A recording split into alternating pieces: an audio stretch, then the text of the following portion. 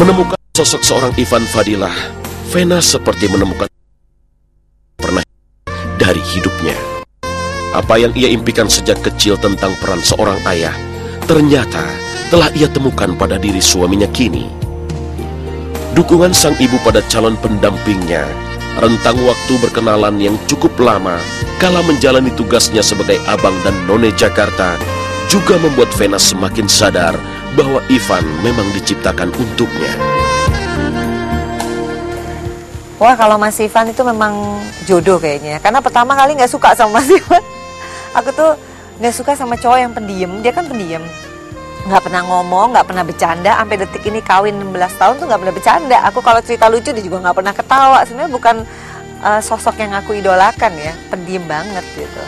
Tapi berjodoh sama dia tuh memang satu hal yang mungkin memang udah nasib ya. Karena ketemu sama dia tuh, dia juga orangnya kan nggak tipe yang langsung love at the first sight gitu. Jadi begitu selesai jadi abang none baru dia nyatain, dan aku melihat ternyata dia sifatnya memang kebapaan ya.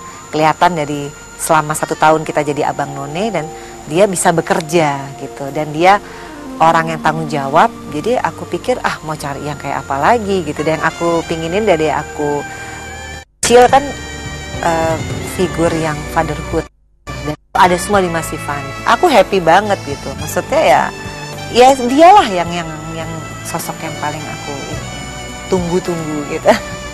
Jadi saya lihat anak ini kok ini banget gitu loh. Pada saat dia syuting, waktu kita masih pacaran tuh bisa berani pulang malam sendiri, nyetir mobil sendiri, segala macam, semua hal dia lakukan sendiri. Bahkan untuk meraih sesuatu dia harus kerja sendiri. Jadi saya lihat, wah ini anak mandiri banget, punya prinsip yang kuat.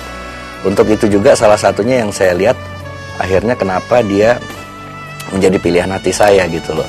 Tapi memang dari keluarganya Mas Ivan awal-awal malah takut sama aku. Karena dinilai kan, wah ini orang tuanya cerai, ini anak tukang cerai juga nggak gitu. Ada semacam begitu waktu itu, ketakutan, dan itu wajar mungkin ya.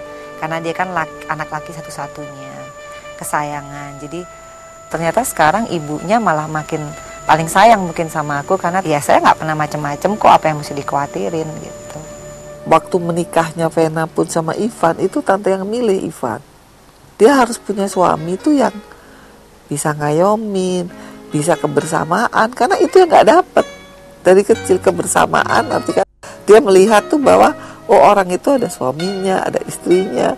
Untuk memutuskan sesuatu tuh nggak bisa, mungkin istilah orang tuh love at a first sight gitu loh. Jadi pandangan pertama tuh nggak, justru saya jajakin dulu, lihat tahun 94 ikut Putri Indonesia ya, dan akhirnya terpilih menjadi Putri Indonesia.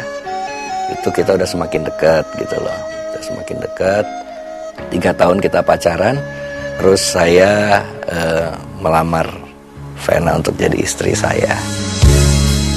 Kalau kini Vena duduk di posisi sebagai wakil rakyat dengan segala kelebihannya di banyak bidang, bagaimana dengan karir Ivan? Orang sesungguhnya tak pernah tahu bahwa di balik semua kesuksesan Vena ada seorang suami yang selalu menjadi tempat Vena bergantung. Ya sebenarnya pinter-pinternya, kadang-kadang Mas Ivan kan suka ada juga ya kalau ada pertanyaan, waduh kok istrinya lebih begini, lebih itu, sebagai orang laki-laki dia masa kecil lah ya, dan akhirnya kadang-kadang kalau saya nggak pinter-pinter membaca situasi, dia bisa marah tuh, saya marahnya sama saya bukan sama yang nanya gitu.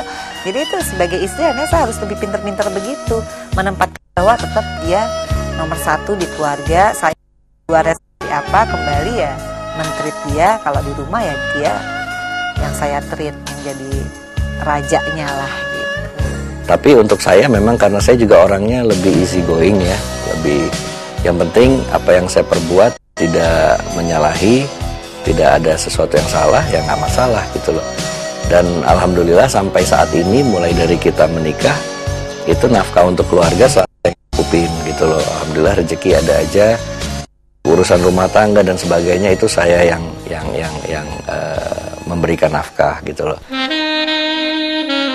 Ternyata Ivan Jualah yang membantu membuka jalan bagi Vena untuk dunia yang tadinya begitu asing baginya, kini malah total ia jalani, tentu dengan dukungan penuh seorang suami.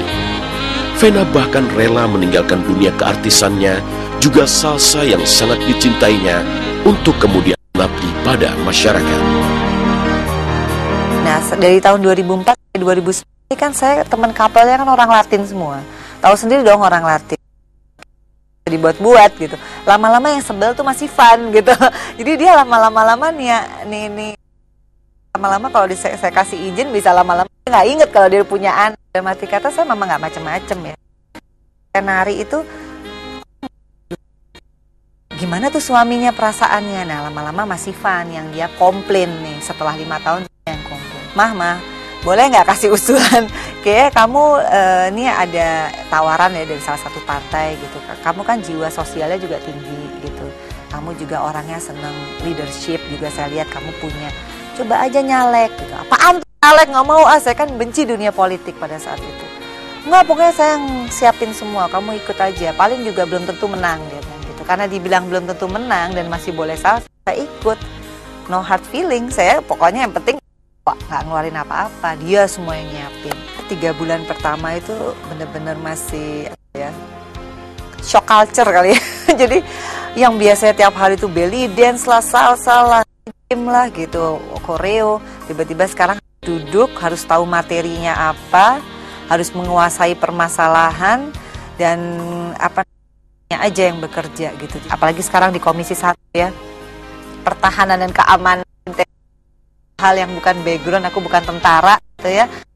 Di sini harus jawab tantangan itu karena harus juga kita perform, nggak mungkin bebannya jadi.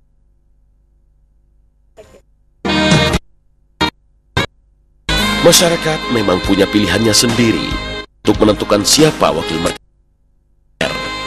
Karenanya, Vena total berkenan mengabdi, mencari materi bukan di sini, tapi mendapatkan kepercayaan besar dari masyarakat adalah tujuan utamanya. Ya sederhana aja, visi dan saya pengen jujur aja, karena saya kan sudah pada saat pelantikan itu kan janji kita sama Tuhan. Jadi saya tidak mau nyanyiakan itu, saya berusaha jujur aja, saya tidak mau. Bagi saya materi itu bukan di sini tempatnya. PRI. Materi ya waktu saya kemarin, jujur itu ternyata membawa kebahagiaan dalam arti kata saya ya, saya tidak pernah merasa karenanya, karena sifat yang jujur itu akan membawa kebaikan itu aja. Jadi ya kalau gibel nggak tulus, nggak jujur, ya tidak akan terpilih lagi. Menghadapi underestimate dari pengamat politik, ternyata lewat dramatik. Ya dulu orang tua saya jauh lebih sakit buat saya.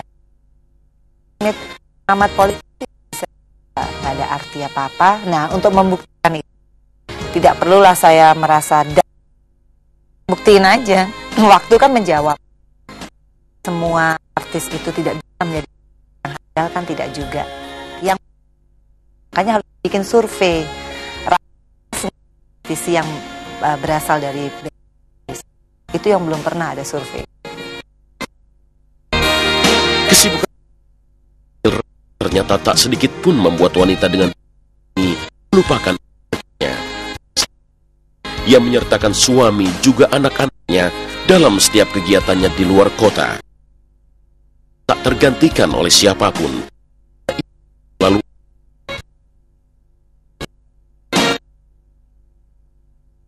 sedih, seneng cerita. Nggak pernah ada yang diumpet-umpetin, dan mama sama mas orang yang selalu jadi tempat bertanya. Jadi makanya kayak teman-teman yang aduh nih orang ketergantungannya tinggi banget sama suaminya, karena kan kalau memang bisa sama selalu ngajak di kegiatan saya atau kegiatan apapun. Terus sampai ya ampun udah usia 39 mamanya masih sering ngunjungin ya. Sering bertanya sama kali ya, pada saat dia bisa turun ke ya, ke masyarakat, satu program pemerintah ke masyarakat, merealisasikannya itu ada rasa yang luar biasa. Bahkan sampai itu pun, detik ini pun saya ya mau turun ke masyarakat, ke dapil, kemana saya. Jadi intinya kita lakukan sebisa mungkin itu kita lakukan bersama. Mungkin kita lakukan dengan anak-anak kalau udah nggak ada obsesi apa-apa gitu. Karena bagi saya pengalaman hidup 3 punya anak ini itu